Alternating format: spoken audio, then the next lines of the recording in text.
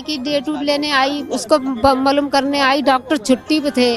वो हमारा नंबर तो ले लेते हैं, उनका नहीं लगता है तो आना पड़ता है यहाँ। तो आप भी ऐसे ही बाहर ठंड में हो? और क्या करें, ठंड तो बहुत है अम्मा। पल्लिया उल्लिया नीचे कमर ऊपर पल्लिया ओढ़ ली, क्या करें।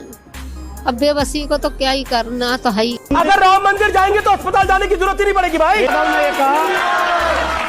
नमस्कार दोस्तों, मैं अनुज कुमार। आज मैं आप लोगों के बीच में कुछ वायरल खबरों को लेकर हाजिर हूं।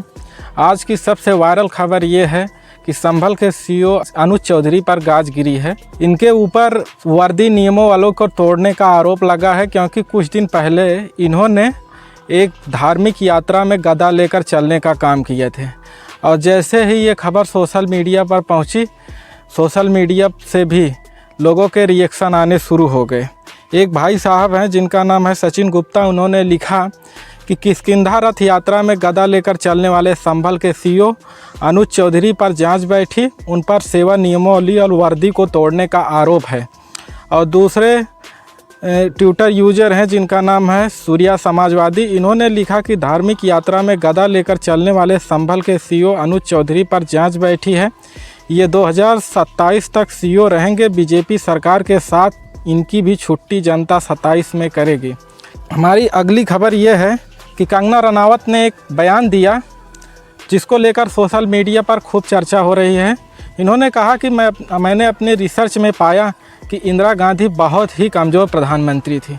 जैसे ही इन्होंने ये बयान दिया, सोशल मीडिया पर लेकर तरह तरह के कमेंट आने शुरू हो गए। एक भाई साहब हैं, इन्होंने लिखा कि कंगना रनावत ने इंदिरा गांधी के लिए कहा कि मैंने अपने रिसर्च में पाया कि इंदिरा गांधी जी बहुत ही कमज़ोर प्रधानमंत्री थी। वेट इंदिरा गांधी जो कि देश की 3 बार प्रधानमंत्री रही, इंदिरा गांधी जिन्होंने बांग्लादेश बना दिया, इंदिरा गांधी जिन्होंने पाकिस्तान को नाक रगड़ने पर मजबूर कर दिया, इंदिरा गांधी जिन्होंने देश को न्यूक्लियर शक्ति बनाया, उन इंदिरा गांधी के लिए कंगना रनौत कमज़ोर प्रधानमंत्री शब्द का प्रयोग कर रही हैं।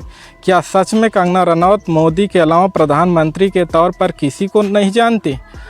इसके बाद एक भाई साहब हैं जो यूथ अगेंस्ट हेट नाम से ट्विटर यूजर चलाते हैं, इन्होंने भी लिखा कि इंदिरा गांधी जी ने 1975 में सिक्किम को भारत से जोड़ा था। 1975 से पहले सिक्किम भारत का हिस्सा नहीं था। 14 दिसंबर 1971 को इंदिरा गांधी जी ने पाकिस्तान के बलूचिस्तान के 4 गांव पर कब्जा करके भारत में मिला लिया था।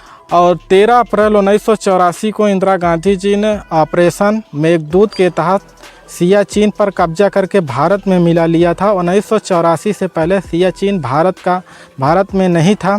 ये तो इंदिरा गांधी जी मात्र कुछ छोटे काम हैं, पाकिस्तान के 2 टुकड़े भी उन्होंने ही किया था। और एक भाई साहब हैं राहुल गुप्ता, इन्होंने भी कंगना रनौत को अच्छे से जवाब दिया है। इन्होंने लिखा, लगता है कंगना ने व्हाट्सएप यूनिवर्सिटी से पढ़ाई की है, वहीं पर ऐसे रिसर्च मिलती हैं जिसमें पाकिस्तान के 2 टुकड़े करने वाली प्रधानमंत्री श्रीमती इंदिरा गांधी जी को कमज़ोर प्रधानमंत्री कहा जाता है और माफ़ी मांगने वाले को वीर माना जाता है। इसी के साथ हम अपनी तीसरी खबर की तरफ बढ़ते हैं। तीसरी खबर हमारी खुरपेच नामक ट्विटर यूजर ने ट्वीट किया है। इन्होंने एक वीडियो को ट्वीट करते हुए लिखा है, ये साले गरीब लोग कैसी कैसी डिमांड करते हैं, इनको अभी पता ही नहीं कि हिंदुत्व कितना खतरे में है, पहले इनको बचाना है। गंवार कहीं के एम्स डिलही। इन्होंने एम्स डिलही का एक वीडियो शेयर किया है जिसे आप लोगों को भी देखना चाहिए। पूरी दिक्कत में बताता हूँ। हमारी जो इंडिया के अंदर है, या यूपी हो या बिहार हो, कोई भी देश हो अपना, कम से कम मैंने शायद पूरी इंडिया ना देखी और देख रखी, यहाँ पर पूरी इंडिया के लिए इलाज कराने के लिए आते कम से कम 8-10 ऐसे एम्स जैसे हॉस्पिटल होने चाहिए।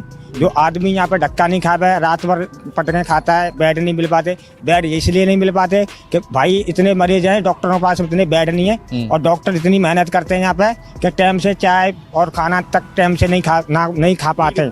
इतनी भीड़ होती है, उनके पास केस इतने होते हैं और दिनों रात काम करते हैं।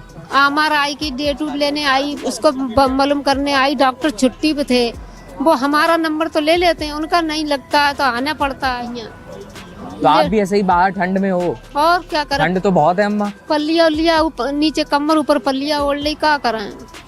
अब बेबसी को तो क्या ही करना तो है। इस वीडियो के बाद एक भाई साहब ने लिखा कि और तालियों के साथ जनता खुश होती है। इन्होंने भी एक अमित देवगन का वीडियो। अगर राम मंदिर जाएंगे तो अस्पताल जाने की जरूरत ही नहीं पड़ेगी भाई। चौथी खबर हमारे पास ये है कि ये भी कंगना रनौत का ही एक मज़ेदार बयान है। इन्होंने कहा कि इमरजेंसी पर फिल्म बनाने की हिम्मत हमारे अंदर इसलिए आई क्योंकि आज देश में बोलने की आज़ादी है।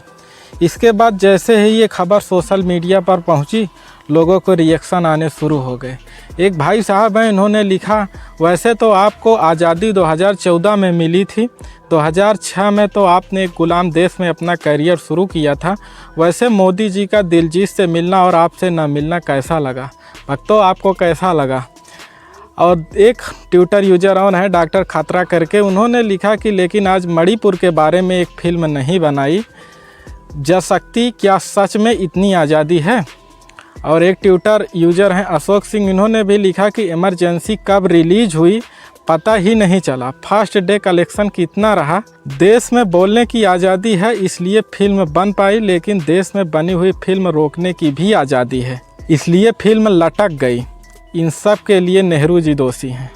और एक भाई राष्ट्र प्रहरी हैं, उन्होंने भी लिखा कि बोलने की आज़ादी मोरारजी, चरण सिंह, अटल जी, देवगौड़ा, चंद्रशेखर, विश्वनाथ प्रताप सिंह गुजरात के समय में न थी, न ही लोकतंत्र था। वास्तविक लोकतंत्र और अभिव्यक्ति की आज़ादी मोदी युग में आई है, इसलिए केरला फाइल्स, कश्मीर फाइल्स, गोधरा आपातकाल पर फिल्म बन रही है। कहाँ से पढ़कर आई ऐसा ज्ञान? और एक भाई साहब हैं, उन्होंने भी लिखा, अगर आज़ादी है तो एक मूवी मणिपुर के महिलाओं की दुर्दशा पर भी बननी चाहिए। और एक भाई साहब ने कायदे से लिखा, उन्होंने लिखा, तो क्या हम अनपढ़ को अनपढ़ बोल सकते हैं? बोलने की आज़ादी है। और अंत में जाते जाते मैं आप लोगों से जानना चाहता हूं, आपको ये वीडियो कैसा लगा? हमें कमेंट करके ज़रूर बताइएगा। तब तक के लिए धन्यवाद। मिलते हैं हम अपनी अगली वीडियो में।